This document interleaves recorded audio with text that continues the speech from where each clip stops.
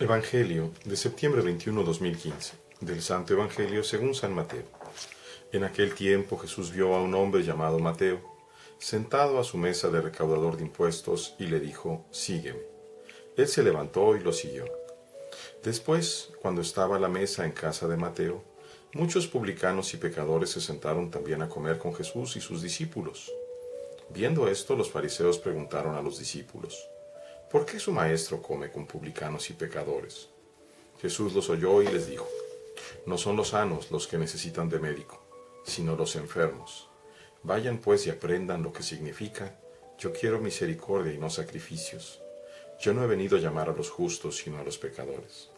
Palabra del Señor. Gloria a ti, Señor Jesús. Tomemos una pequeña parte de la primera de San Pablo la primera carta, de la primera lectura, que es de San Pablo a los Efesios. Los exhorto a que lleven una vida digna del llamamiento que han recibido. Sean siempre humildes y amables, comprensivos, sopórtense mutuamente con amor. Esfuércense en mantenerse unidos en el Espíritu, con el vínculo de la paz. No hay más que un solo cuerpo y un solo Espíritu, un solo Señor, una sola fe, un solo bautismo, un solo Dios y Padre de todos, que reina sobre todos, actúa a través de todos y vive en todos. Cada uno de nosotros ha recibido la gracia en la medida en que Cristo se la ha dado, hasta que todos lleguemos a estar unidos en la fe y en el conocimiento del Hijo de Dios, y lleguemos a ser hombres perfectos, que alcancemos en todas sus dimensiones la plenitud de Cristo. Hoy, por supuesto, estamos celebrando a San Mateo, apóstol y evangelista. Y precisamente de San Mateo, su santidad el Papa Francisco ha tomado su eslogan, ha tomado las palabras: miserando et eligiendo. Me miró con misericordia y me eligió. ¿Qué habrá sentido el corazón del Señor cuando, pasando por ahí en la calle, ve a Mateo sentado en su mesa de recaudador de impuestos? Ciertamente la misericordia de Dios, que no ha venido a llamar a los justos, sino a los pecadores. Y en ese sentido, por eso yo, la verdad, me alegro muchísimo, porque ciertamente yo soy un pecador grande, del cual Dios ha tenido misericordia. ¿Quién puede ser justo delante de Dios? Aunque en la propia Escritura leemos, por ejemplo, de San José, el esposo de la Virgen María, que dice era un hombre justo. Leemos también de otros hacer esa referencia. ¿Quién puede ser justo sino el único justo que ha vivido en esta tierra, y ese es Jesucristo? Como decimos justamente, solo tú eres santo, Señor. Lo decimos en el Gloria. Todos los demás somos pecadores en un grado mayor o menor. Pero lo importante, como también dice su santidad Francisco, es pecador sí, pero corrupto no. Porque Dios, aunque me ama tal cual soy, no quiere que yo permanezca en mi pecado. Por eso Él me invita a dejarme transformar. Es muy hermosa la escena. Sígueme.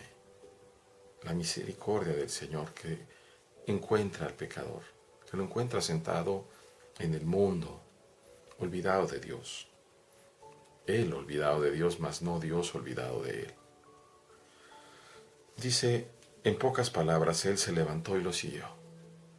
¿Y cuál es el efecto de que un pecador siga a Dios?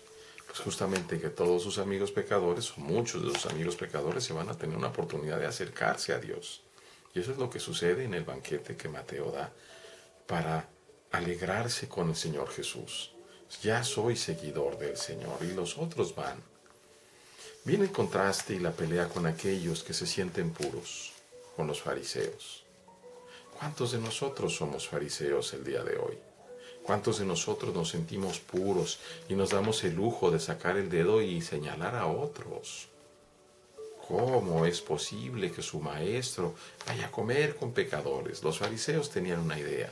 Pensaban que si se mezclaban con un pecador, se contaminaban.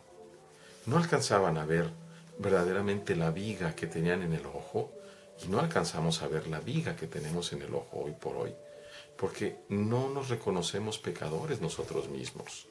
Así que el Señor dice, no son los sanos los que necesitan de médicos, sino los enfermos, es decir, todos. Pero para poder ir al médico, nosotros mismos tenemos que reconocer que estamos enfermos, que somos pecadores.